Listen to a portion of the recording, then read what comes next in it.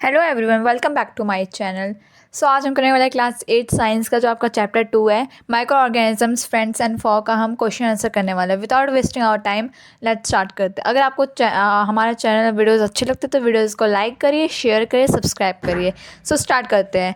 सो आपका पहला क्वेश्चन बोल रहा है कि फिलिंग द ब्लैंक्स, आपको फिलिंग द ब्लैंक्स बताना है। ठीक है, आपका पहला क्वेश्चन वही है, micro organisms can be seen with the help of.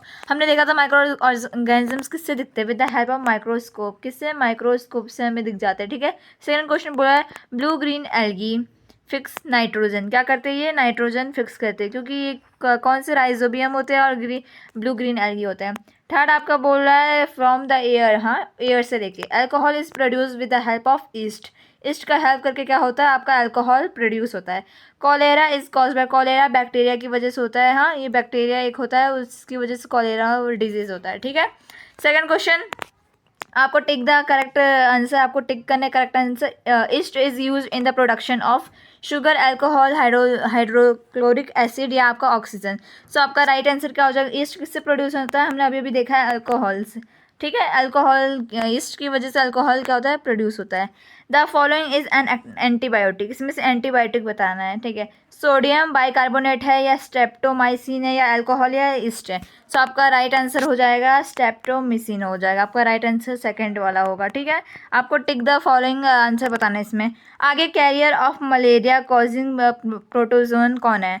सो वो है female Anopheles mosquito. Female Anopheles mosquito क्या करती है? कैरियर ऑफ मलेरिया, जो कि प्रोटोजोआ कॉज करती है। ठीक है, आगे the most common carrier of communicable disease, जो मोस्ट कॉमन, जो हर जगह मिलते हैं, कॉमन होता है, वो कौन सा है? एंट, हाउस फ्लाई, ड्रैगन फ्लाई या स्पाइडर।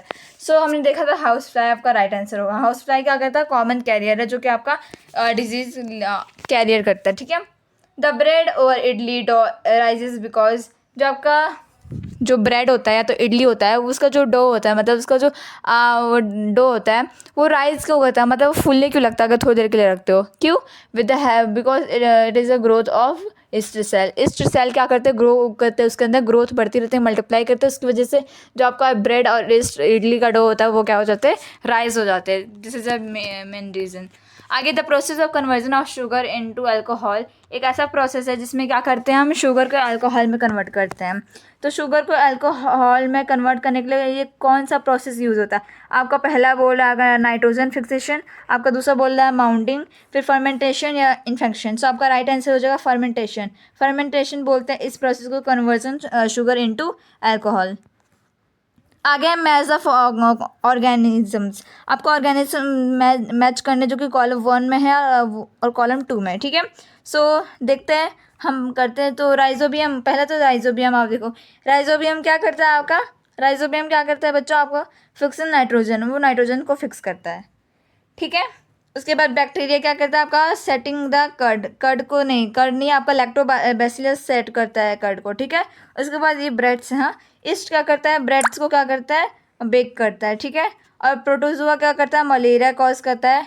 वायरस आपका क्या करता है? आपके एड्स कॉज करता है। और जो आपका बैक्टीरिया होगा वो एंटीबायोटिक्स प्रोड्यूस करता है। ठीक है, सो आई होप आपको समझ में आ रहा होगा। जो आपको एक्स्ट्रा दिए हुए हैं, कौन से एक्स्ट्रा है यहाँ पे देख लीजिए, यहाँ पर आपको कुछ एक्स्ट्रा भी दिए हुए हो, वो आपके काम के नहीं है। हाँ, यहाँ 7 है और यहाँ पर 6 है, वो आपको कंफ्यूज करने के लिए दिया है।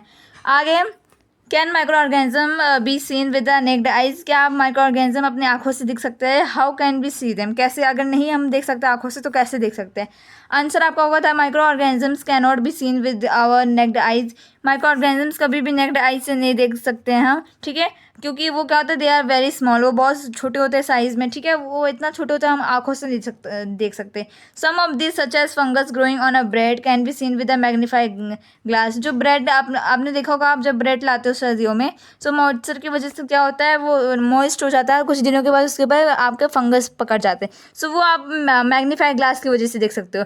बट जो सारे जो माइक्रो ऑर्गेनिज्म होते हैं, आप मैग्नीफाइड ग्लास से नहीं देख सकते, उसे बस हम माइक्रोस्कोप से देख सकते हैं। तो can not be scene without the help of microscope, हम हमेशा माइक्रोस्कोप से ही देख सकते हैं। मैग्नीफाइड ग्लास कभी कभी यूज़ होता है। ठीक है, सो हम अपने आंखों से नहीं देख सकते तो हम यूज़ करते हैं माइक्रोस्कोप का। क्वेश्चन नंबर 5 बोला what are the major groups of micro organism, micro organisms के मेजर ग्रुप क्या? आंसर है micro organisms are classified on the basis of the their size into 4 groups. These groups are तो जो आपके micro organisms हैं उन्हें 4 भाग में क्या करता है क्लासीफाई किया गया है, किसके ऊपर, उनके साइज़ के ऊपर। सो बैक्टीरिया पहला आता है, फंगी दूसरा आता है, देन उसके बाद प्रोटोजोआ आता है, एल्गी आता है। ठीक है, आपको बस ये 4 लिखना है। अगर आप लिखना चाहो तो आप यहाँ आप नोट करके लिख सकते हो, नोट करके कि हाँ आपका वायरस भी ये हो सकता है। ठीक है, वायरस भी टाइप ऑफ माइक्रोस्कोपिक है बट पूरा नहीं है माइक्रोस्कोप। ठीक है, कभी कभी वायरस भी लिखवाया जाता है। 6th क्वेश्चन बोल रहा है नेम द बैक्टीरिया। आपको बैक्टीरिया का नाम बताना है जो कि क्या है, which can fix atmospheric nitrogen, जो कि एटमॉस्फेरिक नाइट्रोजन सॉइल के अंदर फिक्स कर सकता है। तो वो राइजोबियम है। आंसर क्या आपका, राइजोबियम। एक वर्ड में लिख देना है। आप सेंटेंस में लिख सकते हो the micro organism which can fix atmospheric nitrogen in the soil is आपका राइजोबियम। ठीक है, 7th क्वेश्चन देखते हैं। 7th क्वेश्चन आपका बोल रहा है कि write 10 lines on usefulness of micro organism in our lifes. So हमने देखा है कि जो माइक्रो ऑर्गेनिजम्स होते हैं कभी कभी वो हमारे लिए यूज़फुल होते हैं, कभी कभी वो हमारे लिए हार्मफुल होते हैं। तो यूज़फुल उसके ऊपर 10 लाइन लिखना है कि हमारा कैसे कैसे यूज़फुल है। ठीक है, तो आंसर देखते हैं। आंसर है micro organism are useful to us in many ways. ये बहुत तरीके से हमारी मदद करते हैं माइक्रो ऑर्गेनिजम्स। पहला है आपका bacteria lactobacillus convert milk into curd. जो आपका बैक्टीरिया होता है लैक्टोबैसिलस वो क्या करता है, मतलब मिल्क के अंदर आता है और कर्ड में कन्वर्ट हो जाता है। ठीक है, सेकेंड है bacteria are also involve in the making of cheese. आप चीज़ आप खाते हो ना, तो चीज़ बनाने में भी बैक्टीरिया यूज़ होता है। ठीक है, acetic is use for producing acetic acid from alcohol. Alcohol एक एसिड होता है, वो भी एक इसमें बैक्टीरिया भी यूज़ होता है माइक्रो ऑर्गेनिज्म। ठीक है, एसिटिक एसिड प्रोड्यूस करने के लिए अल्कोहल से। आगे east is use in the commercial production of alcohol, wine and bakery products. जो आपका ईस्ट होता है वो ज़्यादातर कमर्शियल जो प्रोडक्शन होता है, जैसे अल्कोहल का हो गया, वाइन का होगा, बेकरी प्रोडक्ट्स में जैसे आपका आप देखोगे केक हो गया, आपका चीज़ हो गया, ये सब बेकरी में आता है। तो ये सब भी क्या बनता है माइक्रो ऑर्गेनिज्म की वजह से, और वो कौन है, ईस्ट है। ठीक है, आगे सम स्पेसिफिक जो माइक्रो ऑर्गेनिजम्स होते हैं जो हेल्पफुल होते हैं वो manufacturing in act of antibiotics आपको पता होगा, तो उसमें भी हेल्प करता है। ठीक है, आगे micro organisms act as cleaning agents and dispose the waste products into manure. So ये हमें क्लीनिंग में भी कभी कभी यूज़ होता है माइक्रो ऑर्गेनिजम्स। तो आप देख सकते हो कितने तरीके से ही हमारा क्या हेल्प कर रहे हैं ना माइक्रो ऑर्गेनिजम्स। सो 10 लाइन बोला था। आगे डेड एंड वीकेंड जो माइक्रो ऑर्गेनिजम्स होते हैं वो क्या करते हैं, जो आपके डेड और जो वीकेंड माइक्रोस्कोप्स होते हैं वो आपके वैक्सीन बनाने में यूज़ होता है प्रिपरेशन के लिए। और आगे आपका some bacteria fix atmospheric nitrogen. जो सम बैक्टीरिया होते हैं नाइट्रोस्फेरिक क्या करते हैं, नाइट्रोजन फिक्स करते हैं ताकि सॉइल का फर्टिलिटी बरकरार रहे। ठीक है, फर्टिलिटी। एल्गी इज फंगी और बैक्टीरिया में be use as an ingredient for a substitute for protein rich foods that are suitable for human और एनिमल कंजप्शन। सो आपका एल्गी जो इस फंगी बैक्टीरिया होता है, कभी कभी ये ingredient as a protein rich food हमारे लिए भी कभी कभी यूज़ होता है। ठीक है, आगे आपका बोलता है कि some micro organisms are taken as probiotics that are believe to provide health benefit when consume. कभी कभी प्रोबायोटिक्स की तरह भी ये क्या करता है, वर्क करता है, कुछ हेल्थ बेनिफिट हमें कभी कभी देता है माइक्रो ऑर्गेनिजम्स। ठीक है, आगे 8th क्वेश्चन आपका बोल रहा है कि राइट अ शॉर्ट पैराग्राफ। आपको पैराग्राफ लिखना है किस पे, हार्म, तो आपके हार्मफुल बैक्टीरियाज होता है उसके ऊपर। ठीक है, अभी हमने यूजफुल लिखना, हार्मफुल लिखते हैं। आंसर है माइक्रो ऑर्गेनिजम्स वाइल वाइटल इन मैनी वेज। वाइटल बहुत तरीके से होते हैं, can also cause significant harm. ये हमें जितना हमारे लिए अच्छा करते हैं ये माइक्रो ऑर्गेनिज्म उतना हमें हार्म कर सकते हैं, उन्हें नुकसान भी पहुंचा सकते हैं। ठीक है, they are responsible for a wide range of disease in humans. वो इसलिए जिम्मेदार हैं क्योंकि वो बहुत सारे डिजीज़ कॉज करते हैं, मतलब बहुत सारी बीमारियाँ ह्यूमंस में लाते हैं, एनिमल्स में लाते हैं, प्लांट्स में लाते हैं। और क्या क्या है वो, जैसे ठंडी कॉमन कोल्ड हो गया, ट्यूबरक्लोसिस हो गया, फिर आपका फूड पॉइजनिंग भी होता है ना, तो ये सारा किसकी वजह से होता है, माइक्रो ऑर्गेनिज्म के होता है। ये हमें क्या कहता है, कभी डिजीज़ कॉज करता है। अगर हम इसे खाएंगे तो ऑफकोर्स स्पॉइल फूड खाएंगे तो ऑफकोर्स हमें डिजीज़ हो जाएगा, तो इसकी वजह से क्या है, हमें हार्म भी करते हैं। Certain microbes can also spoil food. कुछ कुछ जो माइक्रोस्कोप्स होते हैं वो अपना खाना भी बर्बाद कर देते हैं, क्लोथ भी बर्बाद कर देते हैं, दूसरे मटेरियल्स होते हैं जैसे इकोनॉमिक लूजेस भी कर देते हैं। ठीक है, additionally some micro organism produce toxin that can cause illness and in severe cases even death. So कुछ कुछ जो माइक्रो ऑर्गेनिजम्स होते हैं वो क्या टॉक्सिक कुछ प्रोड्यूस करता है, उससे क्या होता है आपको इल हो जाएगा, उसकी वजह से आप बीमार हो सकते हैं, कभी कभी इवन डेथ भी हो सकती है।